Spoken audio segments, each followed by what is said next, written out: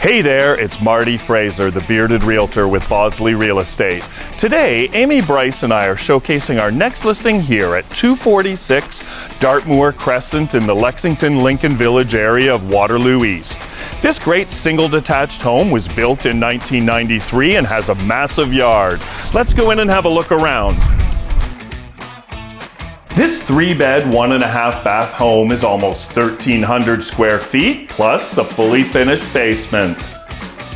Coming through the front door, we enter into the eat-in kitchen with plenty of cabinetry and L-shaped countertop, including peninsula. Coming through the front door and to the right, we have a sunken living room with gas fireplace and hardwood floors. The separate dining room is a good size and is at the back of the home. Just before we exit from the rear, we have this 2-piece bathroom at the end of the hallway. The garage has been split into two. The front portion is storage, and then the back is now finished living space, acting like a storage mudroom. It could be decommissioned and returned to being a single-car garage.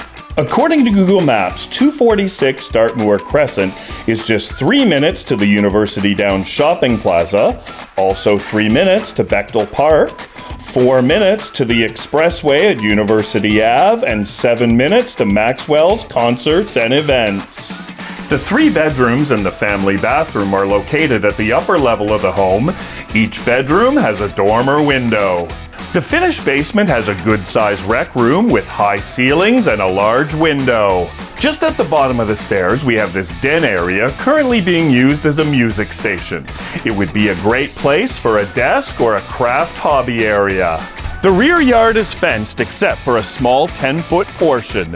We have a large deck and then a garden shed in the back corner of the property.